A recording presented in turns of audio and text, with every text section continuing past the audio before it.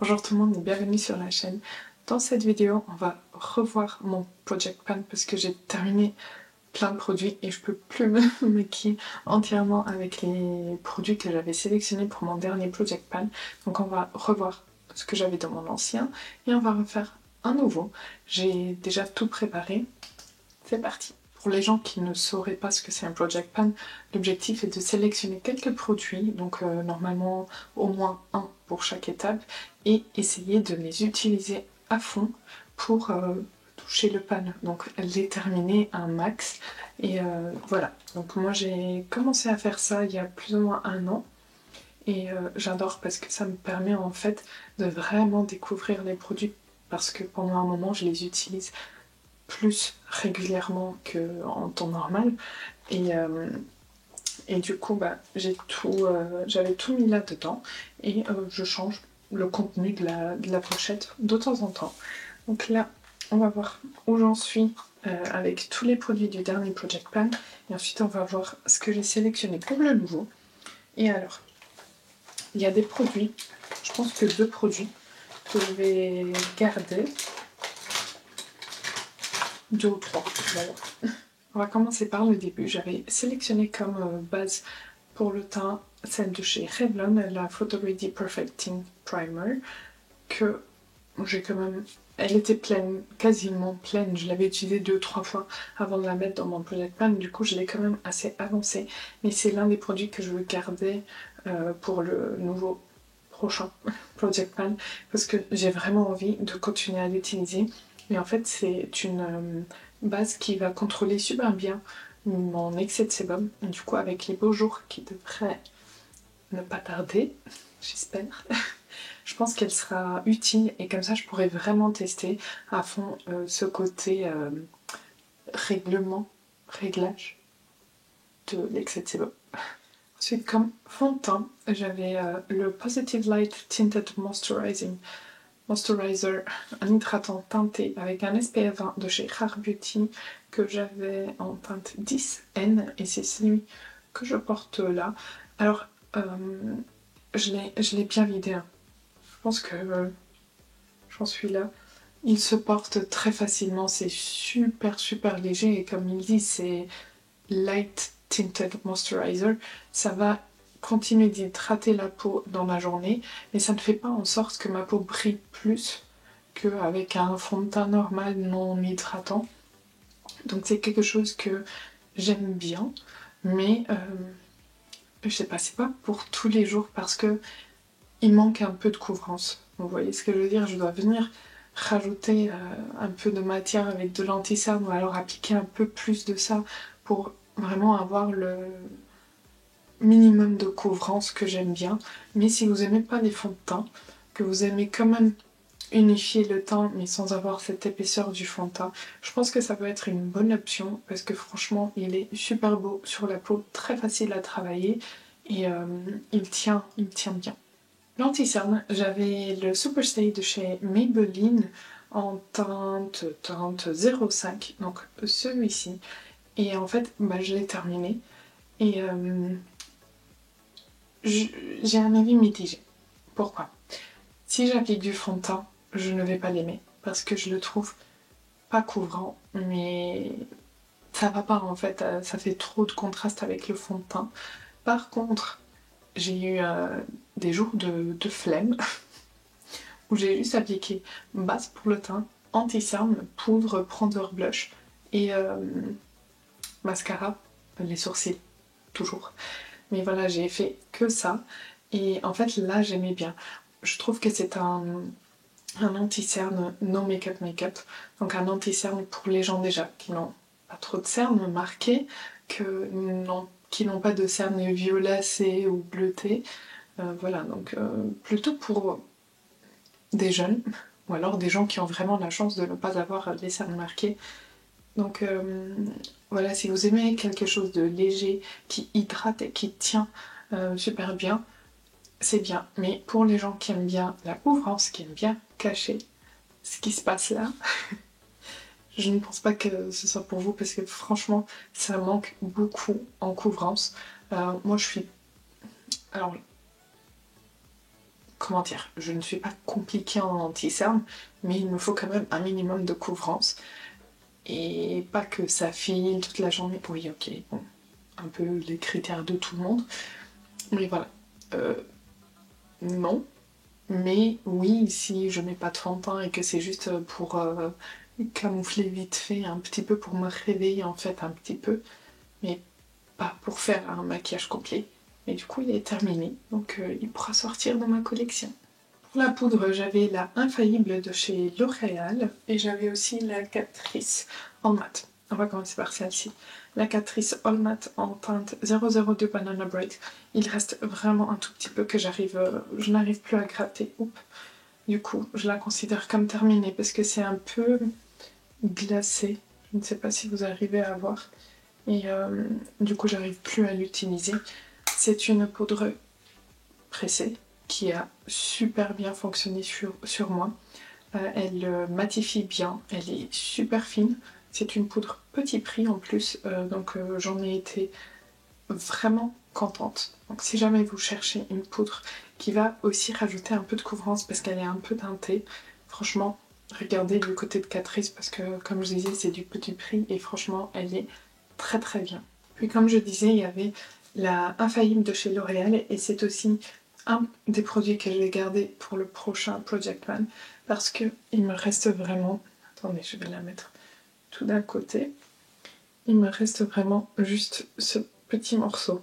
Donc comme ça, je la terminerai. C'est une poudre volatile très très fine que j'adore parce qu'elle fixe, elle contrôle les excès de sébum. Et sur ma peau, moi j'aime bien.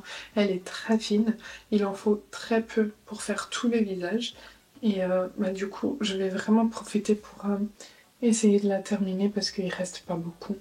Donc voilà, je la garde pour le prochain. Ensuite, j'avais la palette de chez Hourglass.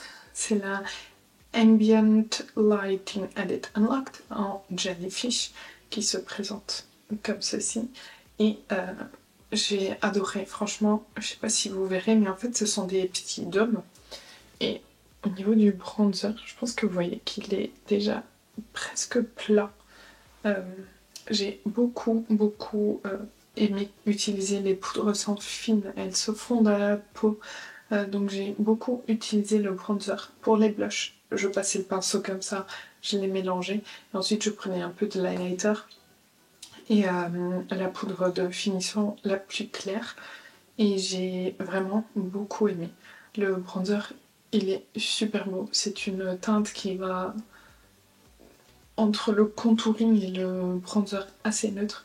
Et les blushs sont super beaux. Et l'highlighter a une lumière très très belle. Je me suis maquillée avec les produits de ce Project Pan juste pour remémorer tout et savoir exactement quoi vous dire.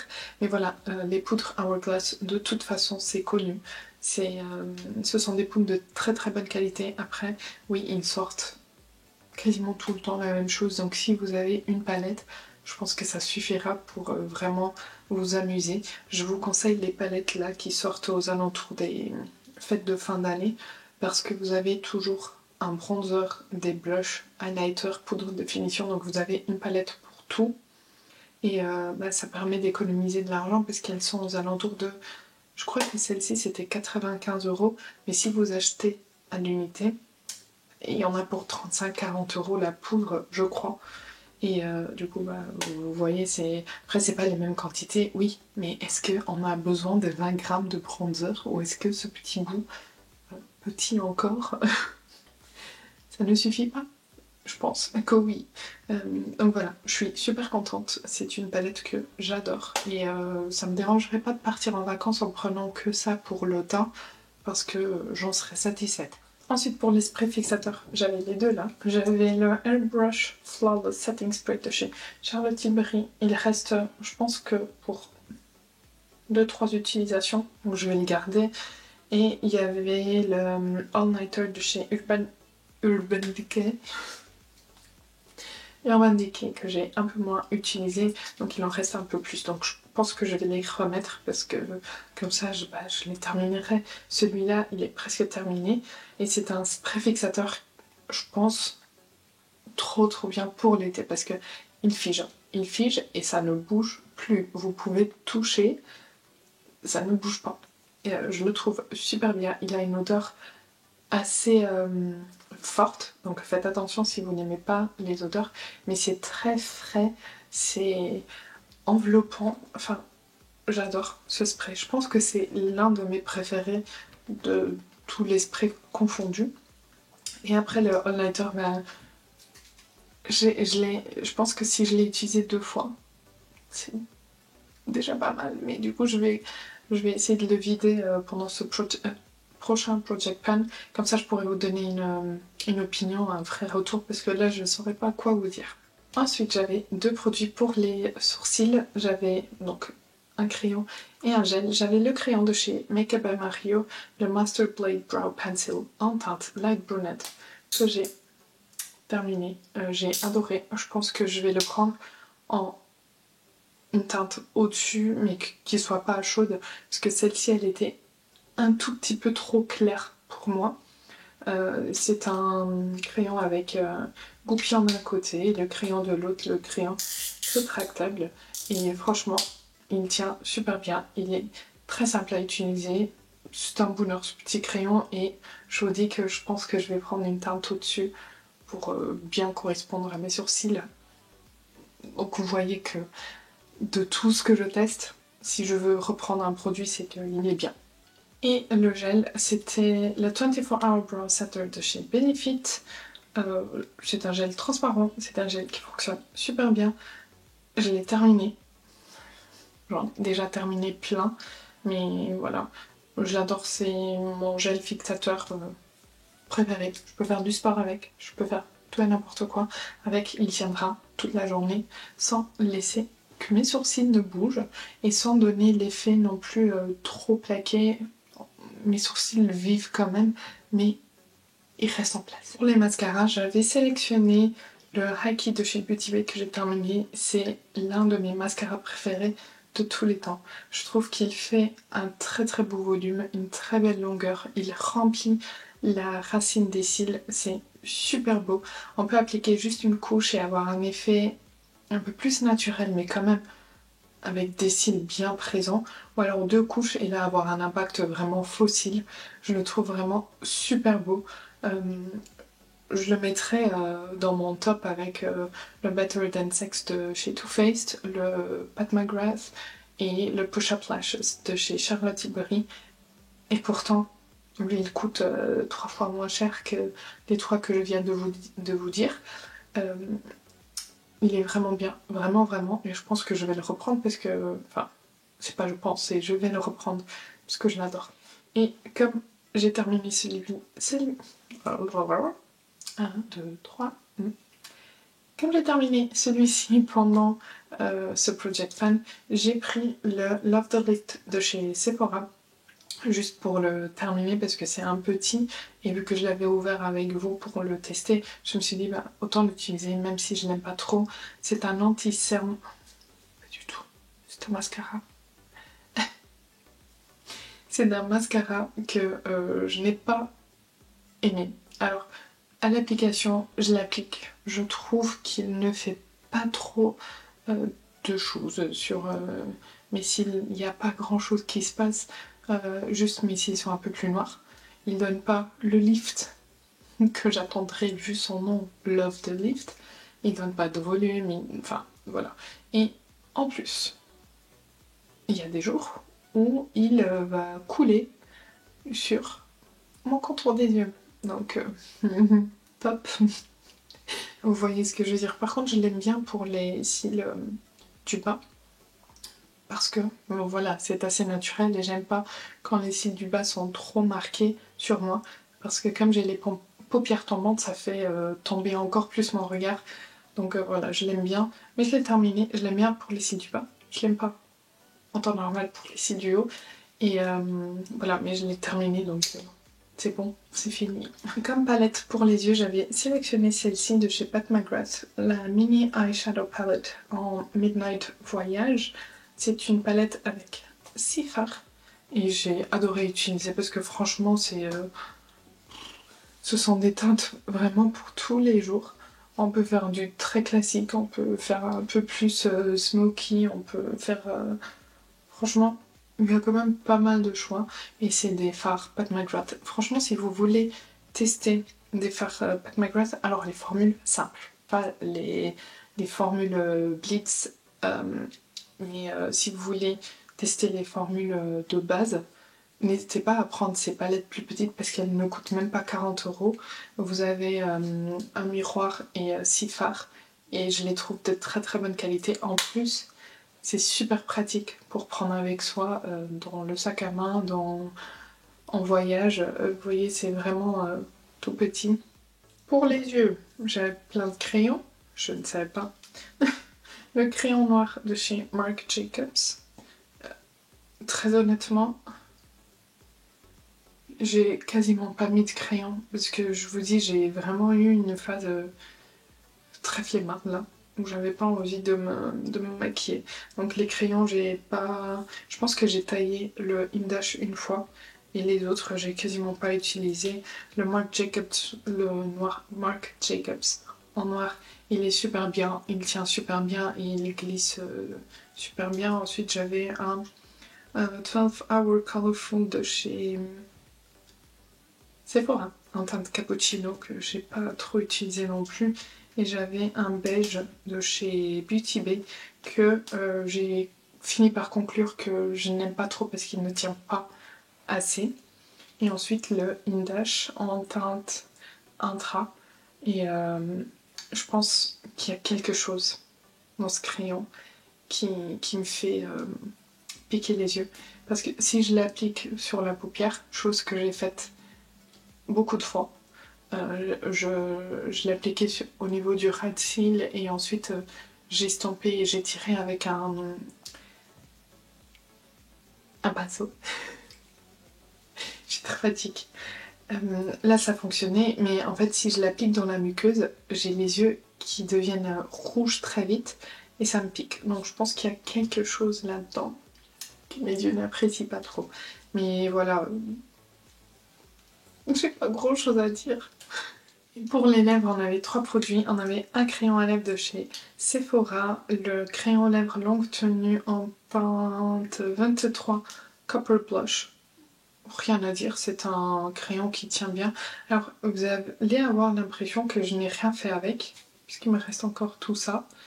Mais je vous promets que j'ai vraiment utilisé ce crayon. Et quand je le descends, je pense qu'il me reste moins que la moitié en fait, il y en a beaucoup. Et c'est un crayon qui tient toute la journée. Pour me démaquiller, je souffre parce qu'il tient vraiment très très bien. Donc voilà, si jamais vous cherchez des crayons à lèvres qui tiennent super bien, n'hésitez pas à regarder chez Sephora Collection parce que pour le coup, ils sont bons. Ensuite, j'avais le rouge à lèvres de chez Anastasia en teinte blush brown. Ce sont les rouges à lèvres mat. La teinte là, je l'ai bien avancé aussi. Je pense que vous pouvez voir que il est bien en bas. Et pareil, j'adore la teinte, j'adore la texture.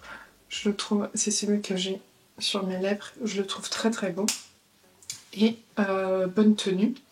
Et ensuite, j'avais le gloss de chez Bare Minerals en teinte Sincerity. J'aime bien aussi, ça donne un côté vraiment glossy. Je l'ai appliqué seul avec le crayon, je l'ai appliqué sur le rouge à lèvres et ça fonctionne des deux manières. Et je l'ai aussi pas mal utilisé et je l'ai beaucoup aimé parce que il est frais, il colle pas et il a une petite odeur au bonbon. Mais voilà, je l'ai pas terminé, hein, loin de là, parce que je l'ai pas utilisé tant que ça. Mais c'est quelque chose que j'ai bien aimé. Voilà, ma pochette est vide. Il n'y a rien, on va la remplir. Pour la base, comme je vous avais dit, on va reprendre la même, donc j'ai pas besoin d'expliquer, donc on peut la mettre dedans. Ensuite, pour le fond de teint, je vais pas faire tomber les choses. Pour le fond de teint, j'ai sélectionné celui de chez Makeup Forever, le nouveau, le HD Skin Hydra Glow que j'ai en teinte 1R02. vais le sortir de la boîte, peut-être. Voilà, c'est celui-ci. Et j'ai vraiment envie de le tester à fond, de l'utiliser à fond, parce que les beaux jours arrivent, il est hydratant, donc ça donnera un effet boost, bonne mine sur la peau, et j'ai envie de voir s'il tient avec la chaleur. Pour l'anti-cerne, j'ai sélectionné celui de chez Make Up by Mario, le Surreal Skin Awakening Concealer en teinte 120. Vous allez voir, j'ai sélectionné surtout des produits assez récents parce que je veux les découvrir, les utiliser là pour vous donner vraiment des avis très complets. Et du coup, j'ai sélectionné cet anti-cerne parce que j'ai l'impression que je l'aime beaucoup. Donc voilà, je vais lui donner une chance à fond. Et du coup, il va dans le Project Plan. J'ai sélectionné plus de produits pour ce Project Plan que dans celui d'avant, puisque j'avais plein de choses que j'avais envie d'y mettre. J'ai pris des produits crème cette fois-ci. La dernière fois, j'avais pris qu'une palette pour le teint de poudre et j'avais pas pris de produits crème. Donc là, j'ai pris le contour stick de chez Sephora en teinte 01 Fair to Light qui se présente comme ceci. Et je veux le tester, je vais l'utiliser à fond pour voir ce qu'il donne, s'il tient bien. Ensuite, j'ai pris le blush de chez Tarte, le Manipul, en teinte pink. Donc celui-ci. Le packaging, je l'adore. Il est imposant mais beau en même temps. Voilà, c'est un blush liquide, comme ça. Assez frais, un peu bubblegum, le rose. Donc voilà, je pense que ce sera beau pour le printemps. Et puis j'ai pris l'highlighter Make It Glow de chez Sephora Care. C'est la teinte 01. Pour la poudre, on va garder celle-ci, on en a déjà parlé. Pour les produits teints en poudre, j'ai sélectionné un bronzer et un blush. Le bronzer, j'ai sélectionné celui-ci, j'ai hésité avec un autre, mais je me suis dit non, ce sera celui-ci. Donc j'ai pris le Yves Saint Laurent, le All Hours Hyper Bronze que j'ai en teinte 01 et qui se présente comme ceci. Et comme j'aurai déjà le contour Sephora en dessous, celui-ci il est super naturel sur la peau, donc voilà, ça va aller. Et ensuite j'ai sélectionné un blush, c'est le Terracotta Blush de chez Guerlain en teinte 00 Nude Clair qui se présente hop, comme ceci. On va enlever ça, voilà. Et je trouve qu'il va aller super bien avec le blush crème de chez Tarte. Donc voilà, il a une odeur, j'adore l'odeur des produits Guerlain. Je sais qu'il y a des gens qui détestent, mais moi je l'adore, je sais pas pourquoi. Pour les sourcils, j'ai sélectionné 2 crayons parce qu'ils arrivent à la fin et du coup comme ça je pourrais les terminer. J'ai pris le Brow Artist Expert de chez L'Oréal en teinte 105 brunette. Et j'ai pris le Slimatic Ultra Precise de chez Catrice en teinte 020 Medium. Voilà, ils arrivent à la fin, donc comme ça je pourrai les terminer et ce sera moins de choses en stock. Et j'ai pris le gel liftant souple Brow Harmony de chez Rare Beauty, parce que il me fait penser au Fluff Up Brow Wax de chez Benefit. Donc c'est plutôt une cire et pas un gel. Mais j'ai l'impression que lui il est meilleur parce qu'il me fait pas des petites pellicules, alors que celui de chez Benefit je vais avoir des petites pellicules blanches. Donc j'ai envie de le tester à fond aussi pour voir ce qu'il donne. Les sprays fixateurs, on en a déjà parlé aussi. On va terminer ces 2 petits. Pour les yeux, j'ai sélectionné 4 produits. Vous allez comprendre, c'est pas tant que ça. J'ai sélectionné la My Mini Dream Palette de chez Natasha Denona parce que comme ça j'aurai de quoi faire avec les produits que je vais vous montrer juste après. La palette elle se présente comme ceci. On a 3 mats et 2 lumineux et elle est assez passe-partout, donc pour des jours flemme c'est parfait. Et du coup j'aurai 3 mats que je pourrais utiliser avec les 3 produit que je vais vous montrer maintenant. Le Moondust fard à paupières en teinte Solstice de chez Urban Decay, voilà, qui est super beau. Et les deux fards mono de chez Sephora que je vous ai présenté dans la vidéo où je découvre les nouveautés Sephora, le 304 et le 305 qui sont super beaux aussi. Je vous invite à aller voir les vidéos là si vous voulez voir les swatchs et tout, c'est magnifique, vraiment. Pour les crayons pour les yeux, j'ai sélectionné deux. J'ai sélectionné le Fake Awake de chez Tarte, donc un crayon beige qui je trouve tient bien, donc comme ça je continue de l'utiliser pour bien tester. Et j'ai sélectionné le Tattoo Liner de chez Maybelline en teinte 900 Diponyx, donc un noir qui tient super bien. Ces crayons sont une pépite aussi. Et pour les mascaras, j'en ai sélectionné deux, parce que ce sont des miniatures, et comme ça, pareil, je commence à vider un peu tous mes stocks puisque j'en ai et je vous expliquerai un jour, mais j'ai vraiment envie de nettoyer ma collection. Donc j'ai pris le Fenty Beauty, le Hella Thick, et j'ai pris le Manitou de chez Tarte. Ils sont pas secs, j'ai vérifié. Et pour terminer avec les lèvres, j'en peux plus. J'ai sélectionné le Maracuja Juicy Lip Liner de chez Tarte, je suis désolée. En teinte mauve. Donc c'est un crayon déjà rétractable qu'on adore et je le trouve super beau. C'est plus ou moins la teinte de mes lèvres mais en un tout petit peu plus foncé. Donc ça fait le contour super bien.